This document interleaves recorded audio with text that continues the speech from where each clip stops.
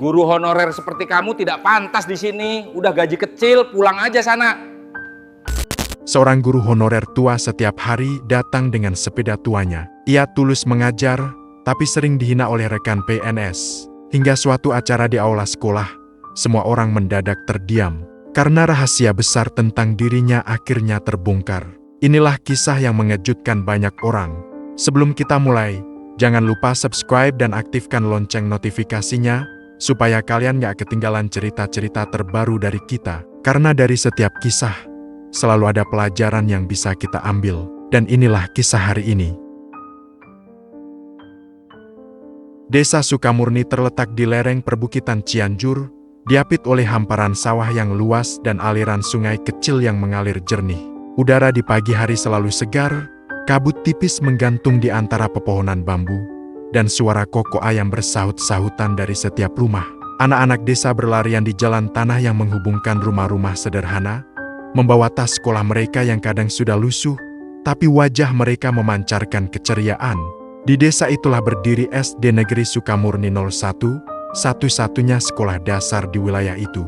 Sekolah ini sederhana, bangunannya tua, cat putih dindingnya mulai pudar, dan jendela kayunya sudah keropos. Jika hujan turun deras, beberapa atap seng bocor hingga air menetes ke dalam kelas. Namun, bagi anak-anak desa, sekolah itu adalah gerbang menuju mimpi. Di sekolah itu, ada seorang guru honorer yang sudah lama mengabdi, Pak Rashid. Lelaki berusia 50 tahun, tubuhnya kurus, kulitnya legam karena terbakar matahari, dan rambutnya sebagian besar sudah memutih. Meski begitu, matanya masih menyala dengan semangat yang tak pernah padam. Setiap pagi ia datang dengan sepeda tuanya yang sudah berkarat. Rantai sepedanya sering berbunyi berderit, dan ban belakangnya sedikit kempis. Tapi itu tidak pernah menyurutkan langkahnya untuk hadir lebih dulu di sekolah. Setiap kali tiba, murid-murid yang sudah menunggu di halaman sekolah akan berlari menyambut. "Selamat pagi, Pak Rashid," teriak mereka riang. "Selamat pagi, anak-anak. Semoga hari ini kita belajar dengan semangat." "Ya," jawabnya sambil tersenyum tulus. Bagi anak-anak, Pak Rashid adalah guru yang paling sabar. Ia tidak hanya mengajarkan membaca, menulis, dan berhitung, tetapi juga mengajarkan tentang kehidupan, bagaimana bersikap jujur, bagaimana menolong sesama, bagaimana menjaga alam sekitar. Tak jarang, ia mengeluarkan uang dari sakunya sendiri untuk membelikan buku tulis bagi murid-murid yatim piatu atau seragam bagi anak-anak yang benar-benar tidak mampu. Namun, di balik ketulusannya, ada satu kenyataan pahit yang selalu membayangi hidupnya. Ia hanyalah seorang guru honorer.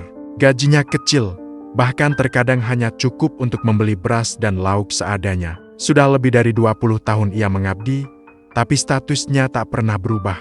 Pak Rashid tinggal di sebuah rumah kayu sederhana di pinggir sawah, bersama istrinya, Bu Halimah.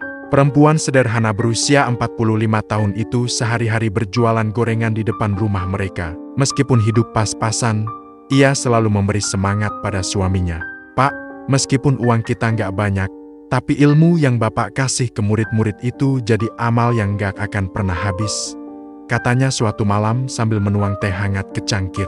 Pak Rashid hanya mengangguk, menatap wajah istrinya dengan rasa syukur. Mereka punya seorang anak perempuan bernama Aisyah.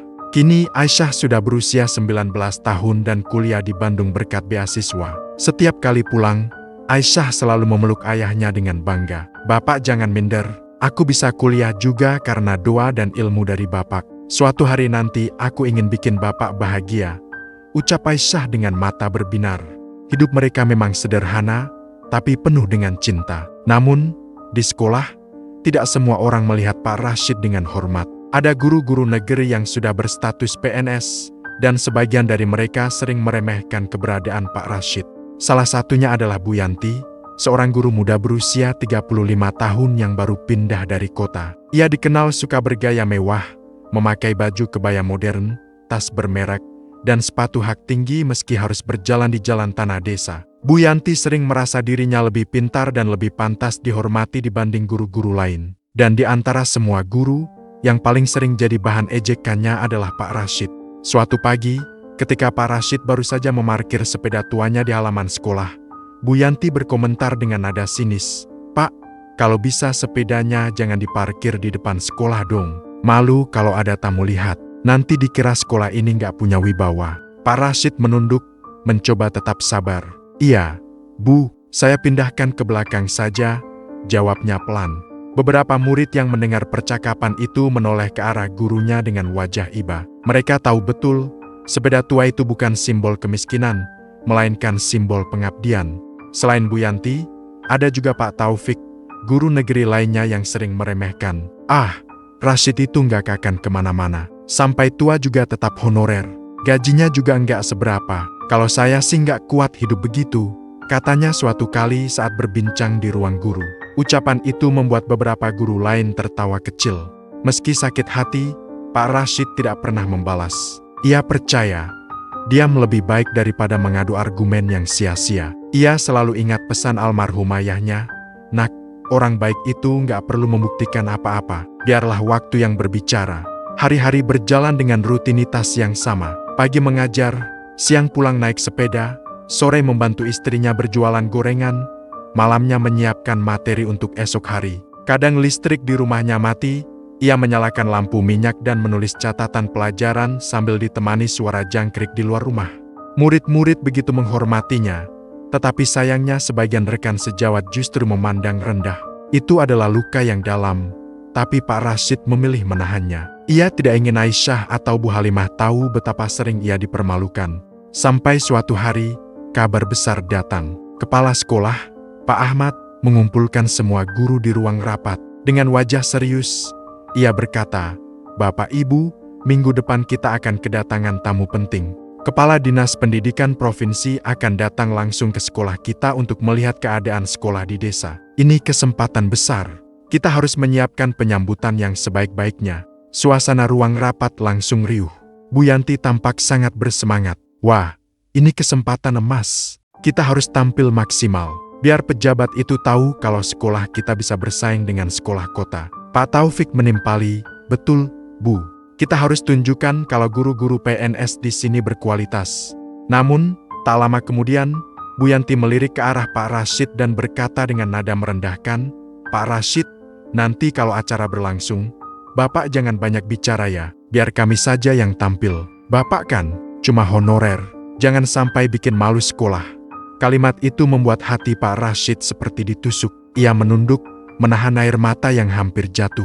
Ia hanya menjawab lirih, "Baik, Bu, saya akan bantu sebisanya saja." Ketika pulang ke rumah sore itu, langkahnya terasa berat. Ia duduk lama di beranda rumah kayunya, menatap hamparan sawah yang menguning. Bu Halimah menghampirinya, meletakkan secangkir teh di meja kayu. "Pak, ada apa? Kok kelihatan murung?" tanyanya lembut. Pak Rashid hanya menggeleng, berusaha menutupi rasa sakitnya. "Gak apa-apa, Bu, cuma capek saja." Namun Bu Halimah tahu, ada sesuatu yang dipendam suaminya. Ia menggenggam tangan Pak Rashid dan berkata, "Pak, jangan biarkan kata-kata orang bikin Bapak kecil hati. Ingat, murid-murid Bapak itu sayang sekali sama Bapak. Mereka nggak peduli Bapak honorer atau bukan. Yang mereka tahu, Bapak adalah guru terbaik." Ucapan itu membuat hati Pak Rashid sedikit tenang. Ia menatap istrinya dengan mata berkaca-kaca, lalu berkata, "Terima kasih, Bu. Doakan saja semoga semuanya baik-baik saja." Malam itu, Pak Rashid berdoa lama sekali. Ia memohon kekuatan agar bisa terus sabar menghadapi ujian hidup. Ia tidak pernah menyangka, doa itu sebentar lagi akan dijawab dengan cara yang begitu menggetarkan. Pagi itu, kabut masih bergelayu di atas sawah Sukamurni ketika Pak Rashid tiba lebih awal di sekolah. Sepeda tuanya ia parkir di belakang gudang agar tidak menyinggung Bu Yanti lagi. Ia menata kursi, menghapus papan tulis, lalu memandang halaman tanah yang becek, membayangkan anak-anak menyanyi di sana menyambut tamu besar. Anak-anak berdatangan dengan wajah berbinar. "Selamat pagi, Pak," seru mereka. "Pagi, anak-anak. Hari ini kita latihan menyanyi, ya?" jawabnya ramah. Tapi kegembiraan itu tak lama. Bu Yanti muncul dengan blus pastel dan hak tinggi, aroma parfum kota menyertai. Ia berkata, "Pak, latihan nanti biar saya pimpin. Metode Bapak terlalu kuno. Anak-anak harus pakai lagu modern biar keren dilihat pejabat." Pak Rashid hanya tersenyum kecil. "Silakan, Bu." Hatinya perih, apalagi ketika Bu Yanti menambahkan, "Kalau bisa pilih murid yang penampilannya pantas, jangan yang sepatunya sobek." Beberapa murid menunduk malu. Pak Rashid menenangkan mereka, menjanjikan pinjaman sepatu dan kaos kaki dari rumahnya. Menjelang siang, latihan dipindahkan ke aula. Bu Yanti memimpin dengan musik dari ponsel, anak-anak menirukan gerakan. Tika yang kecil terjatuh, buru-buru ditolong Pak Rashid. Pelan-pelan saja, yang penting senyum, bisiknya. Bu Yanti menoleh sekilas, tapi tidak berkata apa-apa. Saat istirahat, Pak Rashid makan bekal sederhana. Ponselnya bergetar, nama Aisyah muncul. "Assalamualaikum, Pak. Saya dengar sekolah mau kedatangan kepala dinas." Tanyanya riang. "Iya, Nak, katanya minggu depan," jawabnya. Aisyah tertawa. "Kalau begitu Bapak harus semangat. Nanti kalau lulus, saya belikan sepeda baru, biar nggak berderit." Pak Rashid tersenyum, menahan haru. "Yang Bapak butuh cuma doa darimu." Kabar kunjungan itu ternyata dimajukan bukan minggu depan, tapi lusa. Kepala sekolah, Pak Ahmad, panik mengumpulkan guru. "Kita percepat persiapan. Bu Yanti, urus dekorasi. Pak Taufik, data prestasi. Pak Rashid, tolong latih anak-anak menyanyi." Keputusan itu membuat Bu Yanti kaget. "Pak, bukankah lebih baik saya?" protesnya. Pak Ahmad menatap tegas. "Tidak, saya percaya anak-anak lebih tulus bersama Pak Rashid." Sore itu, Pak Rashid melatih anak-anak dengan lagu Manuk Dadali dan Indonesia Raya. Ia ajarkan mereka bernyanyi dari hati, bukan sekadar keras. Ketika hujan deras tiba, suara tertelan gemuruh di atap seng. Anak-anak tetap membuka mulut, bernyanyi tanpa suara, dan momen itu, bagi Pak Rashid, indah sekali. Namun sebuah insiden kecil terjadi. Sepatu Dodi benar-benar jebol. Bocah itu menunduk malu, hampir menangis. Pak Rashid segera berjongkok, melepas sepatunya sendiri, dan memberikannya pada Dodi. "Kalau begitu kita malu berdua. Lebih ringan," katanya. Anak-anak terdiam, belajar pelajaran hidup yang lebih dalam dari sekadar lagu. Malamnya, Pak Rashid menjahit batik tua peninggalan pernikahan. Benang warnanya tidak sama, tapi ia tetap sabar menusuk jarum satu demi satu. Tiba-tiba Pak Ahmad datang membawa kantong kertas. "Ini batik dari komite sekolah, Pak. Kami ingin Bapak memakainya lusa. Kami semua berhutang pada Bapak." Pak Rashid terdiam, menahan air mata. Ia merasa untuk pertama kali dalam waktu lama, perjuangannya dihargai. Malam itu ia berdoa khusyuk, bukan untuk dirinya, tapi agar anak-anak bisa tampil percaya diri dan suara mereka benar-benar didengar. Hari besar kian dekat, dan seluruh desa seakan ikut berdebar. Hari itu akhirnya tiba. Matahari baru naik setinggi pohon kelapa ketika suasana desa Sukamurni sudah tak biasa. Jalanan tanah di depan sekolah dipadati warga. Ada ibu-ibu berkerudung membawa kipas anyaman, bapak-bapak bersarung berdiri di tepi pagar, dan anak-anak kecil yang terlalu muda untuk sekolah ikut berlarian sambil membawa bendera kecil dari kertas minyak. Suara ayam jantan masih terdengar, tapi kalah oleh riuh orang-orang yang membicarakan kedatangan pejabat. "Kepala dinas katanya orang penting sekali. Mobilnya hitam besar," kata seorang bapak dengan nada kagum. "Kalau beliau lihat sekolah kita, semoga ada bantuan renovasi," sambung yang lain. Di halaman sekolah, guru-guru sudah sibuk sejak subuh. Bu Yanti mengenakan kebaya modern berwarna hijau zamrud, makeup tebal menempel di wajahnya, dan sepatu hak tinggi yang membuatnya sedikit kesulitan berjalan di tanah becek. Ia bolak-balik memeriksa hiasan, memastikan bunga plastik berdiri tegak, dan kain merah putih yang dibentangkan tidak kusut.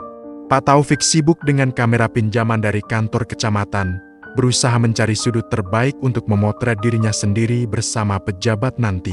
Ia bahkan menyiapkan tripod kecil agar bisa seolah-olah wartawan. Di tengah hiruk-pikuk itu, Pak Rashid datang dengan langkah tenang. Ia mengenakan batik baru hadiah dari komite sekolah. Warnanya coklat tanah dengan motif sederhana. Rambutnya yang memutih ia sisir rapi.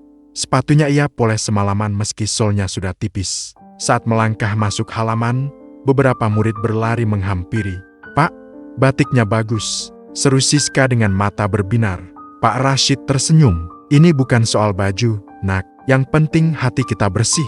Ia lalu memimpin anak-anak berbaris di aula. Suara mereka dilatih sekali lagi, menyanyikan Manuk Dadali dengan penuh semangat. Wajah-wajah kecil itu bersinar, meski sebagian masih grogi. "Ingat, jangan lihat tamu, lihat saya saja. Kalau kalian lihat saya senyum, berarti nyanyinya bagus," pesan Pak Rashid. Anak-anak mengangguk mantap. Jam menunjuk pukul 9 lebih 5 menit. Dari kejauhan, suara deru mesin mobil terdengar mendekat. Warga desa serempak menoleh ke jalan. Debu beterbangan ketika sebuah mobil hitam mengelap berhenti di depan gerbang sekolah. Pintu terbuka, dan keluarlah seorang pria berusia sekitar 45 tahun. Ia mengenakan jas rapi, kacamata tipis bertengger di hidung, wajahnya tegas tapi ramah. Beliau datang, kepala dinas. Seru seseorang, tepuk tangan dan sorakan kecil mengiringinya. Pak Ahmad, kepala sekolah, maju cepat menyambut dengan senyum lebar. Selamat datang, Pak. Kami merasa terhormat sekali. Pejabat itu, Dr. Hendra Wijaya, membalas dengan sopan. Terima kasih, Pak. Senang bisa melihat langsung sekolah di desa. Bu Yanti segera melangkah mendekat, dengan suara lembut penuh dibuat-buat. Selamat datang, Pak. Semoga terkesan dengan persiapan kami. Ia merendah sedikit, berharap mendapat perhatian. Pak Taufik sibuk memotret, berusaha menyorot dirinya berdiri dekat pejabat. Rombongan masuk ke aula. Anak-anak berdiri tegak, wajah mereka sedikit tegang. Pak Rashid berdiri di samping barisan, memberi aba-aba dengan tangan. Lagu Indonesia Raya berkumandang, suara anak-anak naik dengan penuh tenaga. Dr. Hendra berdiri tegak, wajahnya serius tapi matanya bergerak cepat menatap satu persatu anak yang bernyanyi. Lalu tibalah giliran Manuk Dadali. Anak-anak mulai bernyanyi, suara mereka padu. Ada yang meleset sedikit tapi segera ditutupi dengan semangat yang lebih besar. Aula yang catnya pudar seakan hidup kembali, seolah dindingnya ikut bernyanyi. Di antara nyanyian itu, Dr. Hendra menoleh, dan pandangannya jatuh pada sosok yang berdiri sederhana di samping Pak Rashid. Wajah Dr. Hendra tiba-tiba berubah, matanya melebar, tubuhnya kaku sesaat. Ia menatap lebih lama, memastikan penglihatannya tidak salah.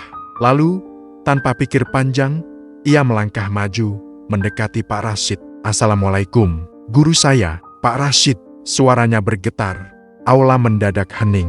Anak-anak berhenti bernyanyi, murid-murid memandang bingung, guru-guru melongo. Bu Yanti dan Pak Taufik terpaku, wajah mereka memucat.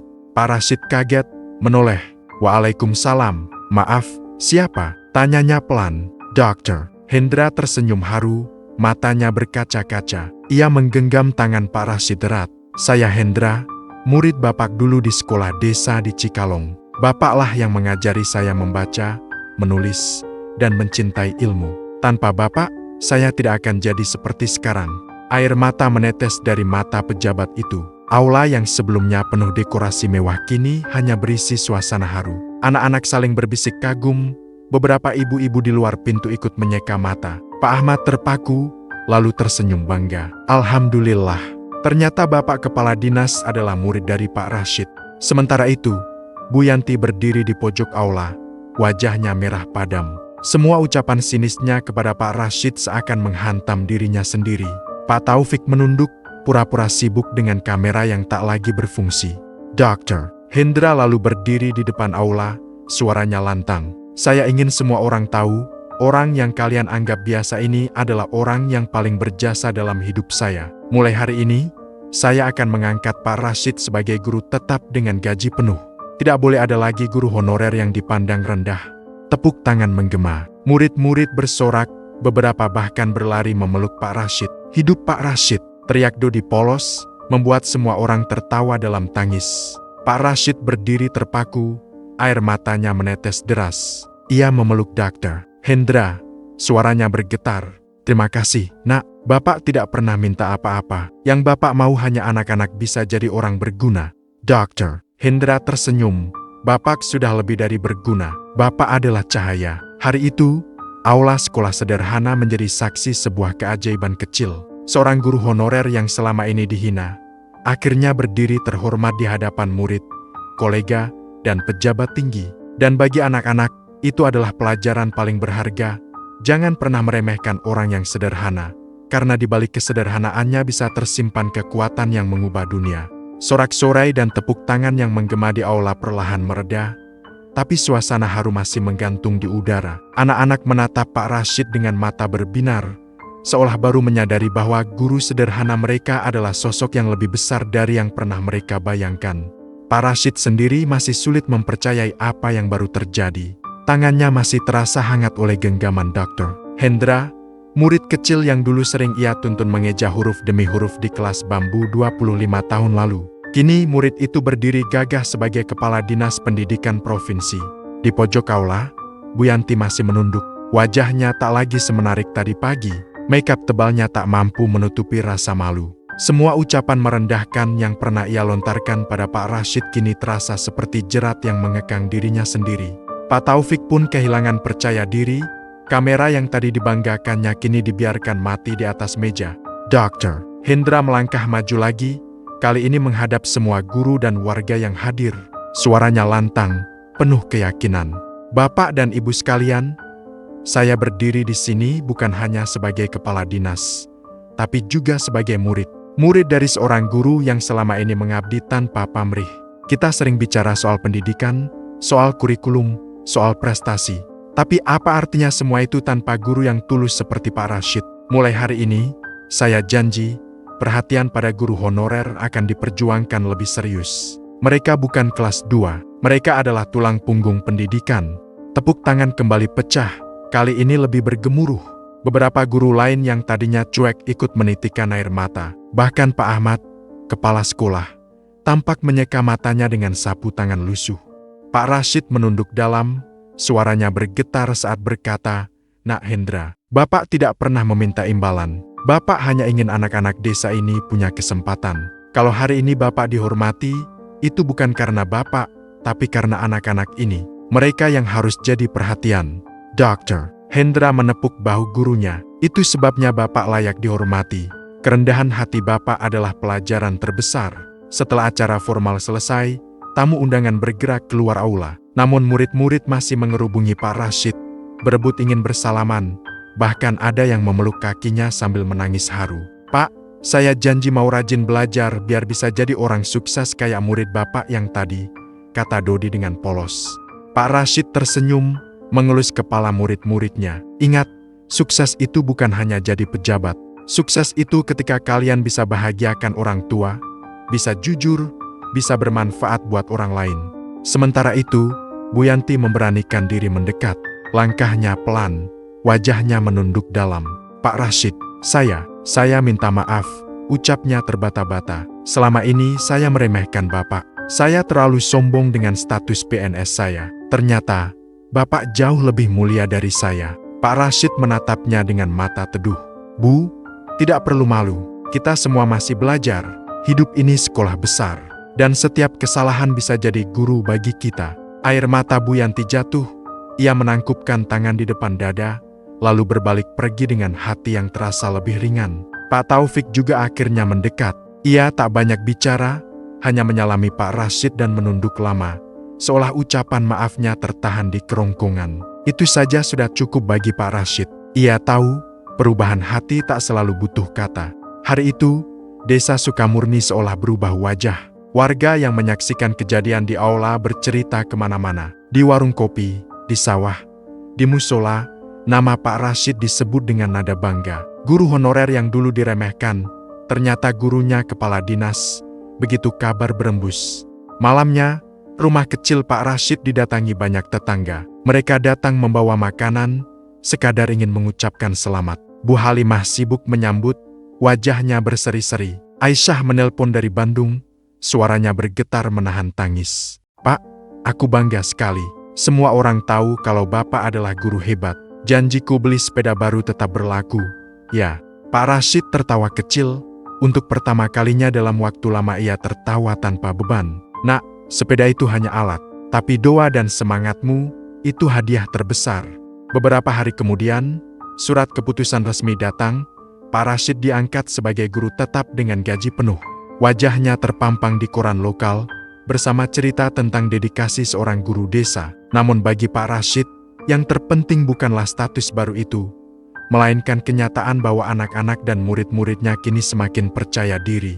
Mereka melihat sendiri bahwa ketulusan dan kerja keras tidak pernah sia-sia. Sejak hari itu, Bu Yanti berubah. Ia lebih ramah kepada murid, tak lagi menyinggung penampilan atau kemiskinan mereka. Pak Taufik pun lebih rendah hati, tidak lagi mengumbar status. Kepala sekolah, Pak Ahmad, semakin menghargai semua gurunya, terutama yang honorer. Dan anak-anak, mereka semakin semangat belajar. Mereka tahu, di balik kesederhanaan seorang guru tua, ada kekuatan yang bisa mengubah nasib. Cerita Pak Rashid menyebar luas, bukan hanya di Sukamurni, tapi juga ke desa-desa sekitar. Orang-orang mulai percaya bahwa pendidikan tidak hanya soal gedung megah atau kurikulum modern, tapi tentang guru-guru yang rela berkorban tanpa pamrih. Pak Rashid sendiri kembali ke rutinitasnya, datang dengan sepeda tua, mengajar dengan sabar, dan pulang sore membantu istrinya berjualan gorengan. Ia tetap rendah hati, seolah tak ada yang berubah. Tapi di mata semua orang, ia kini bukan lagi sekadar guru honorer. Ia adalah simbol keteguhan, teladan bagi siapa saja yang pernah merasa diremehkan. Di akhir setiap pelajaran, ia selalu menutup dengan kalimat yang kini jadi semacam semboyan bagi murid-muridnya, "Anak-anak, jangan pernah mengukur orang dari apa yang terlihat. Ukurlah dari hatinya, dari ketulusannya, karena disitulah letak kemuliaan sejati." Dan setiap kali kata-kata itu terucap, aula sederhana, kelas bambu, halaman tanah becek semua seakan bergetar oleh kebenaran yang abadi, bahwa guru sejati, meski dihina, pada akhirnya akan berdiri terhormat karena kasih sayangnya tidak pernah berhenti. Itu dia cerita kali ini. Semoga ada pelajaran berharga yang bisa kita ambil bersama, dan menjadi pengingat untuk kita semua agar lebih bijak dalam melangkah. Sekarang coba absen dulu di kolom komentar, tulis dari kota mana kalian menonton cerita ini. Jangan lupa juga bagikan ke teman-teman, dan dukung terus dengan subscribe supaya nggak ketinggalan kisah menarik lainnya. Sampai jumpa di cerita berikutnya, dan selalu ambil hikmahnya.